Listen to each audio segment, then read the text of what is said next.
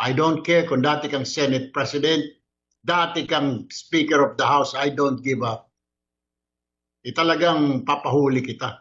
Kung hindi papahuli, kung ayaw ng usa, bibit-biting kita, kukwilyuhan kita, palalayasin kita dyan sa floor na yan. Tol Erwin, relax, mahal kita. O Raf, easy ka lang dyan.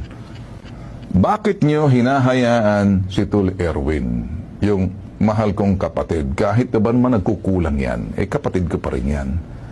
Bakit niya siya kinakailangan ipako sa krus? Ang dami-dami niyong senador sa Senado, 24 kayo dyan. Bakit niya siya ipapako sa krus at maging chairman ng Senate Blue Ribbon Committee? Neophyte to neophyte senator, bagito. Then, pahawakin niyo agad ng Senate Blue Ribbon Committee. Mahihirapan po si sa Senator Erwin. Hindi ko ina-underestimate ang kanyang kakayanan. Hindi ko minamaliit. Ang gusto ko lamang, teka muna, wala ba kayong iba dyan? Ito po ay isang tao, ayan, na napapalibutan ng lahat ng batas. Batas po ito. So, presidente, ayon po dito sa tarot, napakadami pang darating na pagsubok sa ating presidente. At itong pagsubok na ito ay susubok sa katatagan ng kanyang pamilya rin. Dahil masasangkot po ang ating presidente sa pagkatao, sa pag-question ng kanyang pagkatao. Ayan po. Ito ay isang question o question sa kanyang pagkatao bilang isang Marcos. Lalalim ng lalalim po ang mga, again po, ito'y tarot lang. Ang tarot ay isang guide. So ito po ay isang revelasyon kung saan maku-question po ang tunay na pagkatao ng ating presidente. Yun po ay ayon sa tarot. Dadating po ito, sasabay po ito sa mga aligasyon na kanyang kinakaharap ngayon. Lalo na po sa mga lulutang na ebidensya. May mga parating pong ebidensya nagpo-point out sa ating presidente at magko-question sa kanyang pagkatao at sa kanyang sinseridad sa gobyerno. Ako, dapat niyang paghandaan ito. Kasi ito ay lihitimong. Ito po ito again, natatakot man ako na magsabi ng totoo pero kailangan kong sabihin ang sabi ng tarot. Ito ay may kinalaman sa mga aligasyon tungkol sa korupsyon. Sa kanyang pagkatao bilang isang lalaki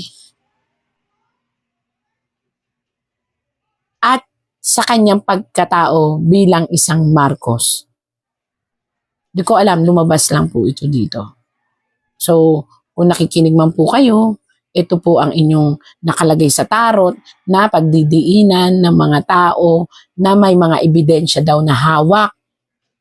Una, ang pagkatao nyo po bilang isang tunay na Marcos, kakalkalin po yan. Yun po ang sabi sa tarot Tapos, yan. Ang inyong pagkalalaki, ang inyong kasarian, kukwestiyonin daw po yan. Ayon po sa tarot. At ito daw po ay inyong dadanasi at mararamdaman. Kaya po dapat, dahil may isang tao na may mga ebidensya daw po, ito daw po, may isang tao daw po nalulutang na may mga dalang ebidensya. At ito daw po ay napakadami. Kaya ingat po kayo sa inyong pagsasalita, maging mahinahon, at sagutin na lang kung ano ang mga itatanong upang hindi na po humaba pa ang revelasyon. Again, mag-ingat. Bakit po sinabi kong mag-ingat? Hindi ito usapin ng health. Mayroon pong lulutang at may isang babae na lulutang, hindi po ito Vice President, iba po ito. Ito hindi po konektado sa politika. Ito'y isang babae na lulutang kung saan may hawak daw po siyang ebidensya. At ito, ang kukwestiyonin niya ay ang inyong medical. Medical. Ko alam, bakit ngayon? Na papalabasin dito, yan, para ako nagbabasa, papalabasin dito na itong hawak ninyong medical ay nakabaliktad. Ibig sabihin, hindi ganun kalala. Hindi yung matatakot kami na mamamatay kayo. Kung hindi, ginagawa iyon, yan po may medical, nakabaliktad, na ginawa lang daw po iyon upang, ayan, walang kamatayan eh. Ibig sabihin po, may sakit pero hindi ganun kalala. Tapos, ang sitwasyon, hindi naman mamamatay. Walang kamatayan. Wala. Nakabaliktad nga po kayo eh. Pero, ito lang po kasi yung the only way to tell people na may sakit kayo. Parang ganun. So parang hindi naniniwala itong babaeng ito na totally kayong may sakit. Merong karamdaman pero hindi ganun kalala kagaya ng mga lumalabas sa ating mga istorya. At dito, again and again po, kukwestiyonin na naman ang pagkatao nyo bilang isang Marcos. Hindi ko alam, ba't lumabas yun? And again, mauungkat again ang tungkol po sa inyong mag-asawa. Ito'y isang video na parang, ano ba yun? Makakalkal lahat. Ayan. Naku, pag-aralan nyo pong mabuti ang inyong move. Kasi, kinakailangan maipaliwanag po ang lahat ng lalabas kasi may isa kayong kakaharapin na kailangan ninyo talaga ito punto per punto maipaliwanag ninyo. Isang malaking ari-arian ang ilalabas ng mga taong nagsaliksik sa kung anong meron po kayo na natatago. So hindi ko alam, lumabas lang po ito. At isang lalaki, ito po Tigre, isang lalaki na talaga namang naging pamilya at iningatan ninyo ang muling babaliktad sa inyo.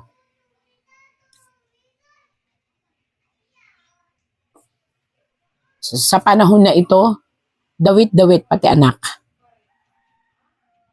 Again po noon, sinabi ko sa tarot na may babaligtad, di ba? Nangyari naman po. Ngayon po, may panibagong babaligtad sa inyo. Isang itinuring yung pamilya at ito ay lalaki.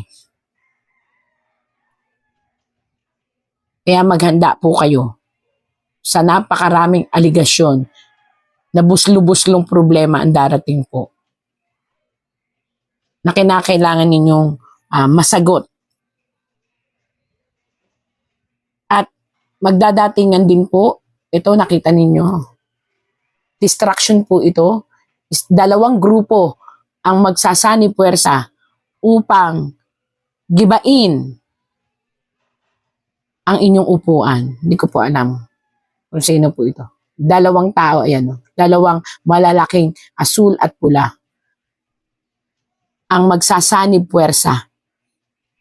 Talagang gagawain nila ang isang napakalaking grupo para at ano po ito distraction o pagkagiba, maaring mag-isip sila na gumawa ng isang malaking action na kung saan maaapektuhan bukod po sa mga impeachment bukod po to sa impeachment, maaring maapektuhan ang pamumuno ninyo at maaaring mag-collapse ang Kastilyo bago magbotohan ng 2028.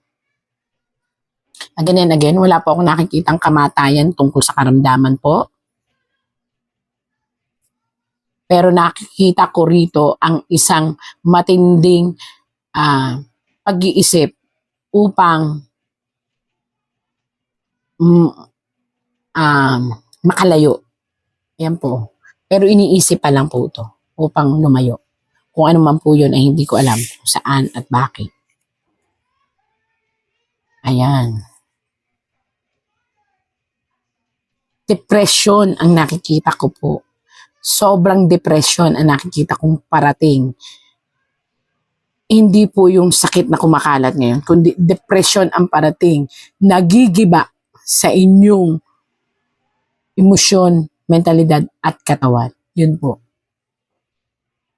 Again and again po, hindi ko po hangad na sabihin ang mga nakita ko rito, pero kung papansinin nyo, ito po'y babala upang makapili kayo ng mga tao, ng mga tamang tao na pakikinggan upang maituwid ang mga pagkakamali ng nakaraang at hindi na maranasan ninyo ang naranasan ng inyong tatay. Ang inyong buhay ay inyong dala, pero ayon nga po dito, ito isang tarot lamang na kung inyong pakikinggan, maaari rin naman makatulong sa inyo. And napakadami po, buslo-buslong problema po ang parating.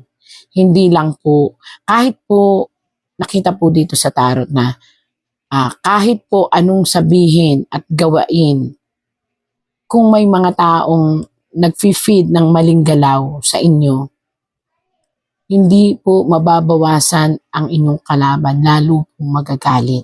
Maraming lalabas pa. Kaya kung ano po ang sabihin ng masang Pilipino, pakinggan niyo po upang again and again, hindi niyo maranasan ang naranasan ng inyong father. Para po sa mga lahat ng mga Marcoses, ayan po ang lumabas na tarot. Again, ito po ay tarot lamang. Huwag niyo pong damdamin. Kung tutusin, may mga magagandang payo ang tarot na kung hindi didibdibin ay makakatulong upang maibsan ang galit ng mamamayang Pilipino na lumalabas dito. Hello, assalamualaikum mga kapatid na 18 Marines. Hindi daw kayo Marines? Hindi daw kayo Marines? Kargador daw kayo? Sige.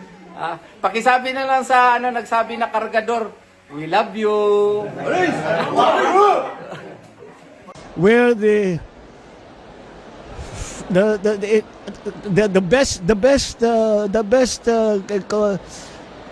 best. Let me call on them 18 kargador. Kasi nga po, nagkakarga sila ng mga mali-maletang pera, sabi nga nila. Yun po talagang trabaho nila, taga-bitbit, taga-karga ng maleta. Thank you, Mr. Chair. Mr. Chair, it took all my energy to not to gate crush the live selling that happened here last June 4.